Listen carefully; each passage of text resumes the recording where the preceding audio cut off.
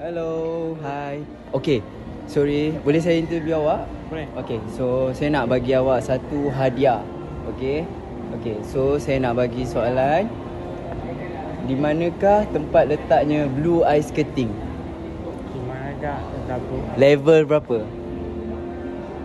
Level 3. Level 3? Ya, betul. So awak akan dapat hadiah untuk benda ni. Tapi awak kena pilih dulu. Okay, kena pilih sebab hadiah dia adalah lain-lain. Okay? Okay. So, pilih choice. Okay, so kita tengok. Oh, Skating one time entry section. Bawah. Yeah, level 3 this one. ya. So you jawab soalan yang jawab soalan yang betul. So level 3. So you dah boleh Boleh masuk. Ya. Oh. Macam mana? Thank you. Alright.